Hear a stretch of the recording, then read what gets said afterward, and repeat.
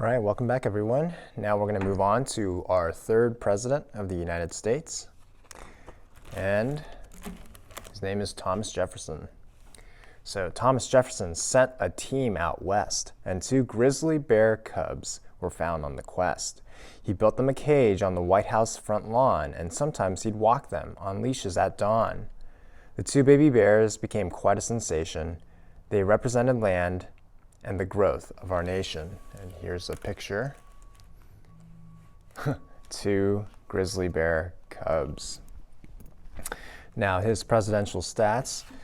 Thomas Jefferson served 2 terms from 1801 to 1809. His wife's name, the First Lady, is Martha Wales Skelton Jefferson, and she died before Thomas Jefferson took office as president.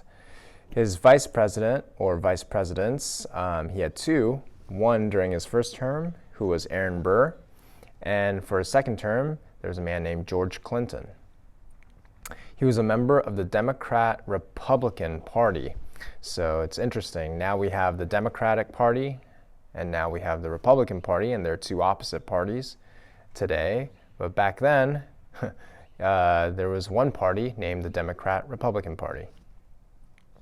He was born on April 13th, 1743 in Goochland County, now Albemarle County, Virginia. Hopefully I pronounced that correctly. And again, he died on July 4th, 1826 in Monticello, Virginia at his home.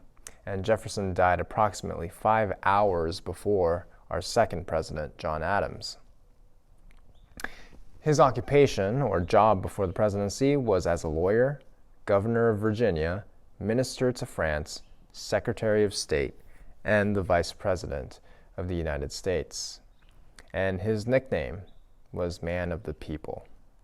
And let me tell you a little bit more information about Thomas Jefferson. The exploration team, led by Lieutenant Zebulon Pike, accidentally crossed into Spanish territory near the Arkansas River.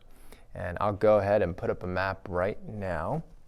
And so the team was arrested by Spanish authorities because they were crossing into a different zone. As Pike was being escorted back to U.S. territory, he purchased the bear cubs from a local inhabitant. When the bears grew too big for their White House cages, Jefferson sent them to live at a museum. Yes, a museum, not a zoo. Jefferson also had a mockingbird named Dick, who sometimes rode on his shoulder. When nobody was around, he would open Dick's cage and let him fly freely around his office. Jefferson also owned several dogs. Jefferson was the key author of the Declaration of Independence, written in 1776. And after traveling through Europe as the minister to France, Jefferson introduced pasta and ice cream to the country. Some of his other accomplishments and events during his lifetime, he was the president that made the Louisiana Purchase, which is a major moment in the United States history because it expanded the size of the United States. It expanded it to 827,987 square miles of land, and it instantly doubled the size of the country.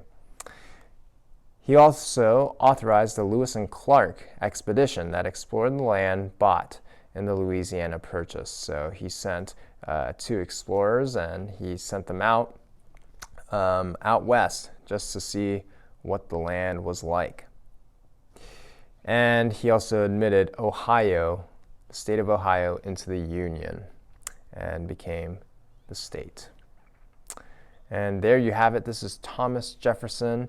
Very interesting character for sure as one of the founding fathers, and his home, just like Mount Vernon for George Washington, Thomas Jefferson's home in Monticello is also open as a museum today. So you could go and visit, and you can see all the different buildings that he had there. He was also a slaveholder, so you could see some of the buildings where he kept his slaves. And there is now a institution where former slaves and people who are descendants of slaves have started running a an exhibition in his Monticello estate.